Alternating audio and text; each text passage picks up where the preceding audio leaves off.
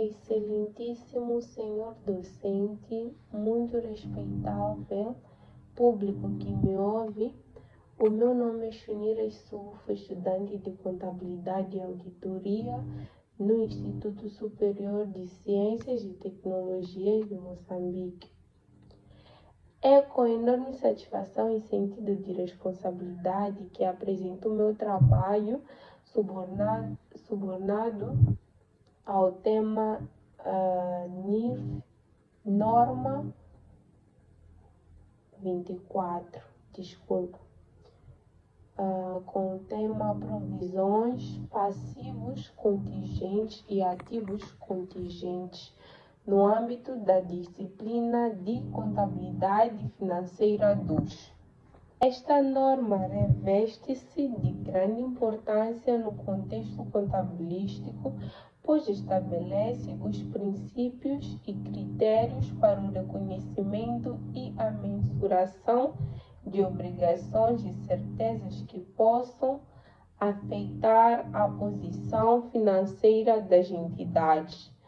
A norma 24 procura garantir que as demonstrações financeiras reflitam de forma prudente e transparente as responsabilidades que uma empresa pode vir a assumir, bem como os possíveis ganhos ou perdas decorrentes de acontecimentos futuros. Ao longo da minha exposição, irei abordar de forma detalhada o objetivo da norma, o seu âmbito de aplicação e os seus conceitos fundamentais de provisões, passivos contingentes e ativos contingentes. Apresentarei ainda as condições de reconhecimento, a mensuração, explicarei as alterações que podem ocorrer nas provisões e farei referência à forma correta de utilização e divulgação dessas informações nas demonstrações financeiras. Esta análise tem como objetivo evidenciar a relevância da norma 24 na promoção de uma contabilidade mais rigorosa e responsável em cada estimativa. Cada provisão e cada divulgação representam um compromisso com a transparência e a veracidade da informação financeira. O principal objetivo da norma 24 é assegurar que as empresas apliquem critérios adequados de reconhecimento e mensuração de provisões, passivos contingentes e ativos contingentes. Em outras palavras, a norma garante que as demonstrações financeiras reflitam a realidade econômica das obrigações e incertezas que uma entidade enfrenta, proporcionando transparência e fiabilidade na informação contabilística.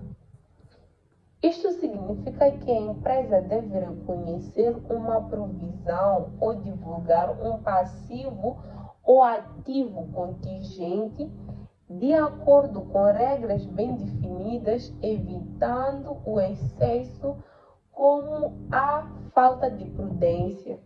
Assim, a norma 24 reforça o princípio da prudência, que é fundamental na contabilidade. Âmbito da aplicação. O âmbito da norma define as situações em que ela deve ser aplicada. A norma 24 deve ser utilizada na contabilização de provisões, passivos contingentes e ativos contingentes, exceto em casos específicos. Por exemplo, não se aplica aos contratos executórios, a menos que esses contratos sejam onerosos. Isto é, quando o cumprimento de contratos gera prejuízo para a entidade, Também não se aplica a elementos que já são tratados por outras normas contabilísticas, como as normas NIRS relativas a instrumentos financeiros, arrendamentos, impostos sobre o rendimento, entre outras. O propósito deste âmbito é evitar duplicidade de tratamento e assegurar que cada tipo de transação seja reconhecida de forma correta e consistente com a norma apropriada. 3. Provisões e outros passivos. Nesta parte, a norma distingue claramente o que é uma provisão e o que são outros passivos. As provisões diferem de outros passivos, como as contas a pagar ou acréscimos de custos, porque envolvem incerteza quanto ao valor ou ao momento de pagamento. Por exemplo, uma empresa pode saber que terá de reparar um produto defeituoso vendido, mas ainda não sabe quanto custará nem quando terá de o fazer. Por isso, constitui-se uma provisão, uma estimativa contabilística para reconhecer essa obrigação provável e mensurável. As contas a pagar, por outro lado, são obrigações certas e definidas, já acordadas com fornecedores ou prestadores de serviço, enquanto as provisões envolvem estimativas de julgamentos contábeis. 4. Reconhecimento. A norma 24 estabelece 3 condições obrigatórias para o reconhecimento de uma provisão. 1. Existência de uma obrigação presente, seja ela legal, imposta por lei ou contrato, construtiva, resultante de práticas passadas da empresa ou expectativas criadas perante terceiros. 2. Probabilidade de uma saída de recursos, isto é provável que a empresa tenha de gastar dinheiro ou recursos para liquidar a obrigação. 3. Capacidade de fazer uma estimativa fiável do valor da obrigação. Essas 3 condições devem ser cumpridas cumulativamente, caso contrário, a provisão não deve ser reconhecida.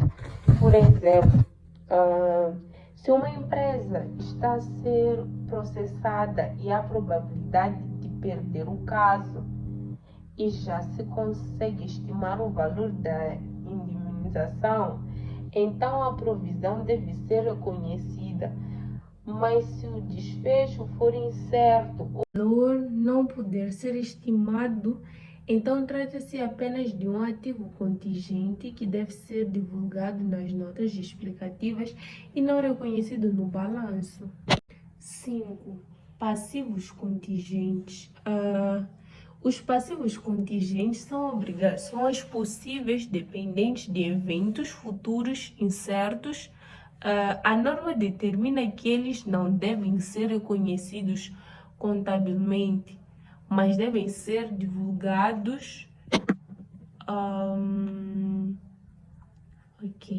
Devem ser divulgados nas notas, as demonstrações financeiras para garantir transparência, Isto é, a empresa informa os utilizadores das suas demonstrações financeiras de que existe uma possível obrigação, mas que ainda não há certeza suficiente para reconhecer como provisão.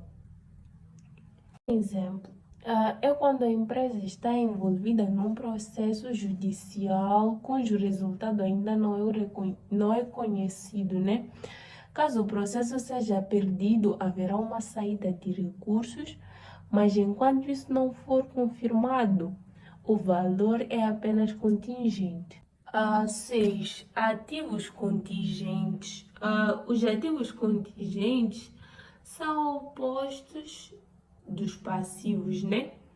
Dos passivos contingentes.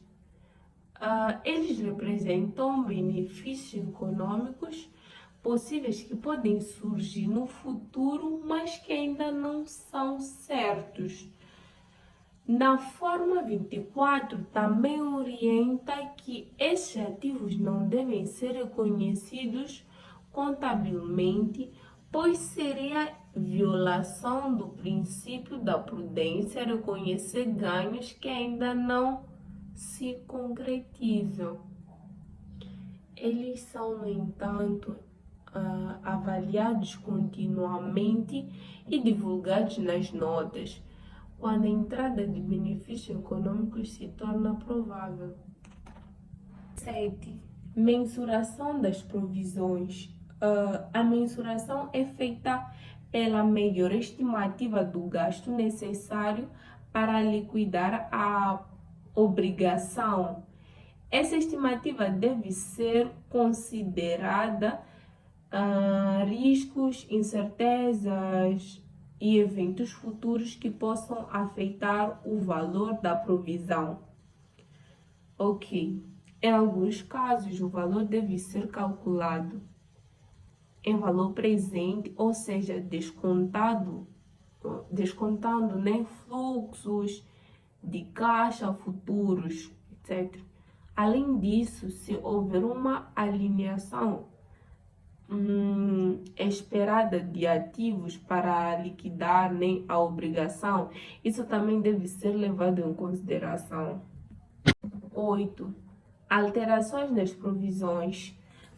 As provisões devem ser revistas no final de cada período contabilístico se houver mudança na estimativa ou se deixar de ser provável que a empresa precise gastar recursos. A provisão deve ser ajustada ou revertida. Ok. Por exemplo, se uma empresa constituiu provisão para pagar uma multa e depois essa multa foi anulada, a provisão deve ser revertida, ou seja, retirada do balanço. 9. Perdas operacionais futuras. A norma é muito clara quanto a este ponto. As perdas operacionais futuras não devem ser objeto de provisão. Isso significa que não pode antecipar prejuízos futuros apenas por expectativa, ou se reconhecem obrigações que derivem, né, de acontecimentos passados. 10. Uso das provisões. As provisões devem ser usadas somente para o fim para o qual foram criadas. Por exemplo, se uma provisão foi constituída para processos judiciais, ela não pode ser utilizada para cobrir gastos com indemnizações ambientais ou outros tipos de despesas, né? Isto assegura a integridade e a transparência na gestão das contas da empresa. Dúvidas frequentes. 1. Em anos anteriores, não foi constituída a provisão para uma liquidação adicional de impostos que está a ser contestada pela entidade. Devo manter a mesma posição? Okay. Se anos anteriores não foi constituída provisão para uma possível liquidação de impostos e agora essa situação se torna provável, deve-se reconhecer a provisão, pois é uma estimativa contabilística que evolui com o tempo. 2. Em anos anteriores, reconhecemos uma provisão para uma liquidação adicional de impostos que está a ser contestada pela entidade, devo manter a provisão? E não os argumentos da questão anterior aplicam-se a esta situação. Aqui poderemos vir a desreconhecer a provisão se considerarmos agora que a perda já não é provável. 3. O reconhecimento de uma provisão relativa a um processo judicial de anos anteriores deve ser contabilizado nos resultados transitados? Não. Caso se considere que o reconhecimento este ano é consequência de alteração de estimativa contabilística, a contrapartida serão os gastos do exercício. Não. Caso se considere que o reconhecimento este ano é consequência de alteração de estimativa contabilística, a contrapartida serão os gastos do exercício. Exercícios práticos. 1. Um ex-empregado moveu um processo judicial reclamando uma indenização de 50 mil meticais. No ano N, a perda foi considerada provável. Em N mais 1, considera-se que a perda é possível. A linha A. Efetue os lançamentos contabilísticos aplicáveis. Considere uma taxa de impostos sobre lucros de 30%. Aqui, primeiro, eu fiz os lançamentos do ano N. Eu debitei a conta 661, provisões do período, e lancei o valor de 50 mil. Creditei a conta 481, provisões, e lancei o seu valor. E também debitei a conta creditei a conta 852 e lancei o seu valor. No lançamento do ano N mais 1, debitei a conta 481, lancei o seu valor de 50 mil meticais e creditei a conta 743. Exercício 2.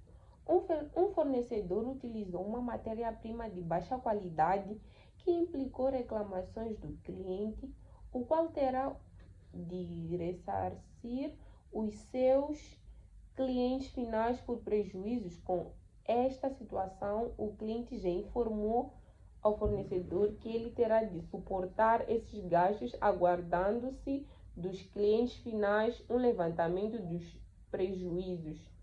A linha A. Qual é o tratamento desta situação nas contas? Ok. É provável que exista um pagamento resultante de um acontecimento passado. No entanto, não se consegue obter uma estimativa fiável da obrigação. Assim, não estão cumpridas as condições para o reconhecimento de um passivo. Estamos perante um passivo contingente que terá de ser divulgado nas notas. 3. Tendo por base o exercício anterior e assumindo que a empresa não procedeu à instalação dos filtros até 30 de junho de N mais 1, qual é o tratamento contabilístico a ser dispensado a essa situação nas contas reportadas a 30 de junho de N mais 1? Ok. Continua a ser aceitável a constituição da provisão para a instalação dos filtros. No entanto, poderá ter de ser constituída uma provisão para eventuais multas ou outras penalidades que resultem deste atraso. Além disso, as contas terão de incluir uma divulgação sobre esta situação. 4. Durante um ano N, alguns clientes sofreram uma intoxicação alimentar numa cadeia de restaurantes. Foi movido um processo judicial contra a empresa, sendo opinião de advogados que será pouco provável que a empresa seja condenada a pagar qualquer indenização. A linha A. Qual o tratamento a ser dado nas contas do ano N? A resposta é a seguinte: não deve ser constituída qualquer provisão, uma vez que a estimativa na data do balanço é que a perda é remota.